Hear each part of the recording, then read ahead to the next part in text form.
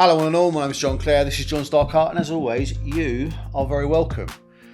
Now, today's piece I want to talk about is a piece I like to call Pride. The clue's kind of in the name really. It is a picture of a lion, and lions form prides, and pride is in taking pride in yourself or taking pride in your accomplishments. Yeah, I wanted to do something that kind of typified that, and plus lions are cool and I like drawing lions. I know most of my catalogue, if you like, is mostly consisting of skulls and crows, but every now and again I like to spice it up a little bit. So I want to bring it up for you here now so you can have a look at it. Okay, had a good look? Excellent. So what we're going to do now, we're going to go to the walkthrough. I'm going to explain how I did the piece and my rationale behind its creation, and we're going to do that now. Okay, so here we are. This is Procreate, and what I'm going to do now, as I always do at this stage of the walkthrough, I'm going to go into canvas information. As we can see, this piece was started on the 1st of April 2020, during that wonderful period of time where we were all locked in our houses for reasons. Well, we won't go into that too much because I don't think it's all that relevant right now, but what is relevant, I feel anyway, is the track time of 14 hours and 36 minutes. So again, quite involved, took me a little while to do, and total strokes made were 3,916. So here we are. Let's hop into the time lapse replay now. Hell is empty, all the devils are here. If you've watched a few of these videos, you'll notice that quote comes up quite in some of my images, especially around this time. So here we are. I'm just kind of mucking out my proportions right now. I'm roughing out where everything's going to be, making sure everything looks more or less correct before I go into the laborious process of actually shading the bloody thing in. And, I wanted to try and keep things symmetrical, which I think I did a reasonably good job of. And you'll notice, if we punch in a little bit, now when I start drawing the fur, it's a lot tighter around the face. You'll notice later on my fur tends to be a bit looser the more into the mane it gets. But on the face, I kept things very tight for the most part. And also, I say at this point, I was kind of experimenting about doing reflections on the eyes, which I later on did do. And I think that in itself elevated the image quite a lot. But that conversation is for later. Let's just keep going as we are. And there's me roughing things out, and you notice, okay, so useful contrast here. Here the shading is very tight, but when I move over to the mane, my shading tends to be a lot more a lot more elongated, if that's the correct term. And I think this is the reason why the stroke count was quite low, despite the time count being quite high, because what I'm doing here really is I'm really using smaller and tighter marks for the fur, because the fur is a lot shorter on the face, but on the mane you can really elongate your strokes and really give the impression of this long, luxurious, regal looking mane, shall we say. So yeah, and also you notice I worked almost clockwise on this image. So I started as we're looking at it, on the left hand side of the face, worked my way around. So a lot of these strokes down here especially the further down and the darker it was, I was just basically applying heavy, darker strokes to that end of the mane, because really that wasn't where the focus was going to be anyway, as far as I was concerned at the time. I wanted the focus to be more or less on the face. As I said before, what I did was I started on the left hand side of the face and started working my way around. Not something I usually do, but for whatever reason I did it on this one. I think it worked. I still think it works. While I definitely have a style, I don't think anyone can dispute that. And my style has undoubtedly evolved over time, as you can see from Monkey Chatter from the previous week, how it's evolved over the years. How it has become, I feel, a lot more refined and a lot more precise. Whereas before it was a lot looser and a lot more aggressive and crude. And only that, it's a lot of the details. When people say to me your work is very detailed, it's not like I sketch out the details beforehand. As you can tell, a lot of the detail that I pick out is entirely done in the shading. It's I repositioned the eye, because the eyes were quite wide apart here and they needed to be a little bit more narrow, I felt. So what I did was, once I'd noticed it, And it was quite late on when I noticed it. I mean, that should have been picked up a lot sooner in my view. Looking back at it retrospectively, the fact that I did catch it at that point, it still wasn't too late, and I still think it works as a drawing now.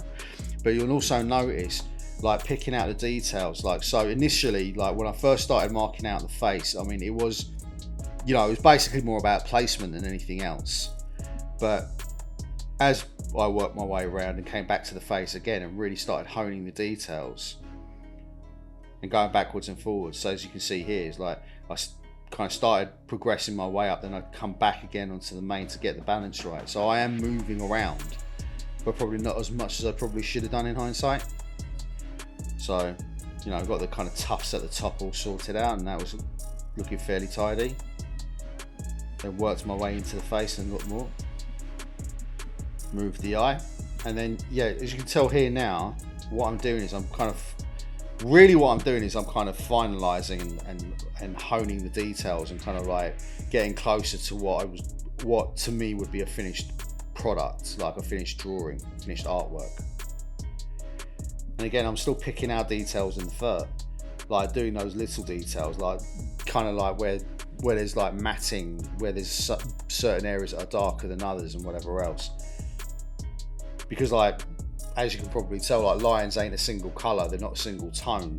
And I think adding those little details introduces a degree of richness to the image that I was quite happy with.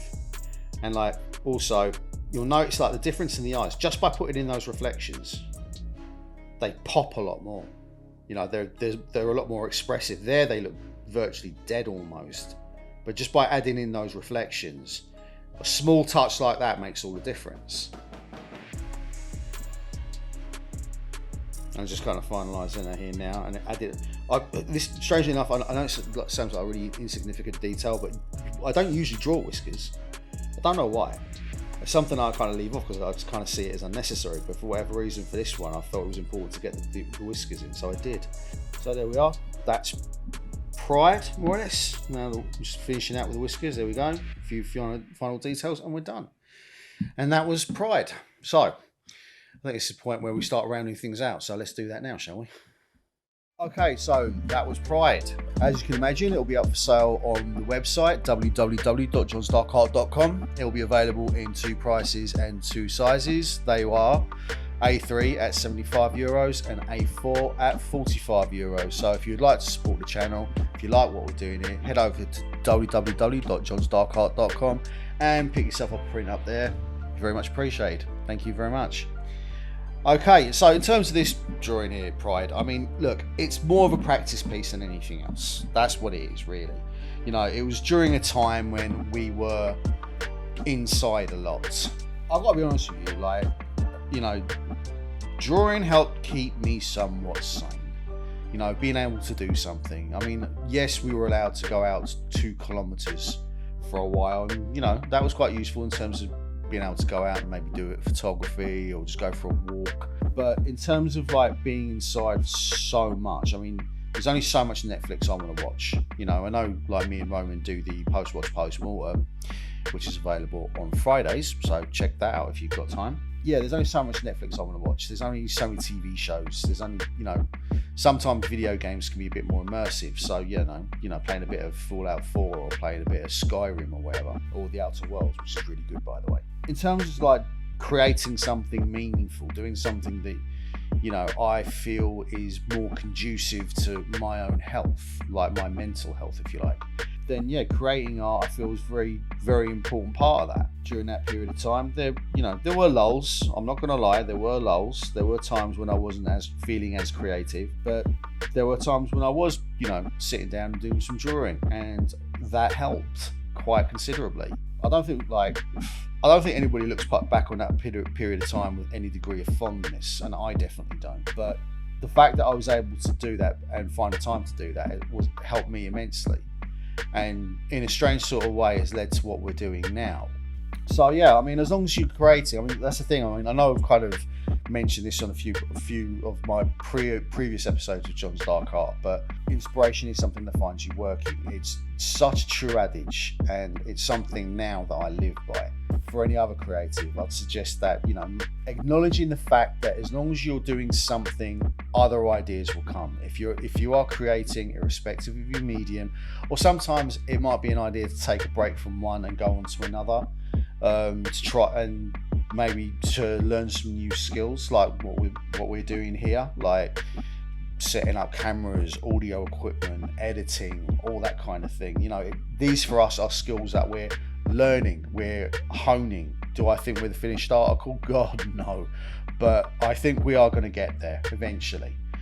And, you know, I think, to be honest, learning new skills is also very valid. I mean, like, you know, keeping your mind active, keeping your brain active, you know, rather than just sitting down doom scrolling. Because let's be honest, I mean, we all find ourselves doing it from time to time, and it's not particularly healthy.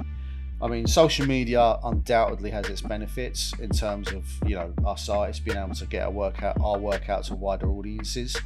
You know, it's been instrumental in that, but also it's detrimental in a lot of ways, because, you know, there is a lot of vapid, empty content online, and it's very easy to kind of get sucked into those rabbit holes, unfortunately.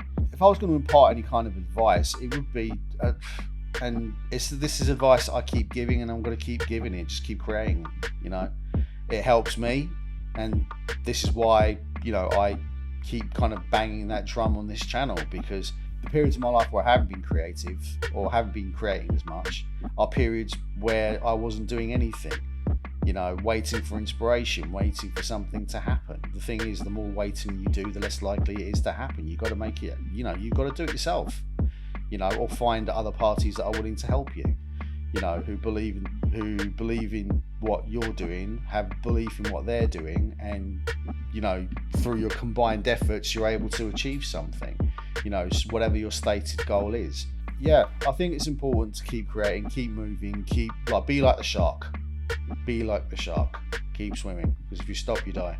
Getting back to the kind of the title of the piece, pride. Have pride in what you're doing. I mean, I know it's supposed to be one of the 7 deadly sins and whatever else, which may become a future series very soon. I don't believe, I suppose it depends on the context of pride, you know, what you're taking pride in. You know, for me, I take pride in my work, in what I contribute, in what I actually do, you know. And I think in a way I kind of take after my father in that regard, because he's a builder, you know, and he takes pride in his work. He takes an immense amount of pride in his work, you know. So if he's, you know, in whatever he turns his hand to, you know, whether it's putting in a driveway or, you know, being responsible for these massive concrete structures, which he would be a foreman on. You know, for a lot of Irish immigrants into the UK, a lot of them found themselves, you know, working on building sites. And in my dad's case, he was one of those ones who kind of rose up through the ranks and was able to be in charge of big jobs. And he takes an immense amount of pride in that, and the stories that he tells as a result. You know, and it's something that I want to do with this. I want to be able to kind of take on that and apply that into what I'm doing, taking pride in my work, taking pride in what I'm able to contribute, what I'm able to achieve. I don't see there being anything wrong in that, you know, because I think it is important to take pride in what you're doing, taking pride in what you're achieving. You know, not necessarily letting it get to your head, not becoming arrogant. Confident, yes. I feel I'm confident. But being arrogant, you know, that's another matter. You know, the difference between confidence and arrogance: confidence is built on something, arrogance is built on nothing, you know, other than insecurity. Me recognizing that I'm good at what I do, I don't see it as being arrogant. I see it as being confident. I see it as that I take pride in my work. I want it to be the best it can be, and I want it to continue to improve. I take pride in the work that we're doing on this YouTube channel. You know, the fact that we are improving all the time, the fact that we are, you know, the level of our content, I really hate that word, but, you know, it is the common vernacular, so I've just got to accept it, really. You know, the level of our content is growing all the time. The level of our production is increasing all the time, and that can only get better the more we do. And I think we should take, myself and Roman, I think we should take an immense amount of pride in that. So I don't see pride as being a bad thing, and, you know, as usual, inspiration is something that finds you working, so keep at it, take pride in what you do, and share it with the world in whatever way you see fit. My name has been John Clare, this has been John's Dark Art, and as always, you have been very welcome.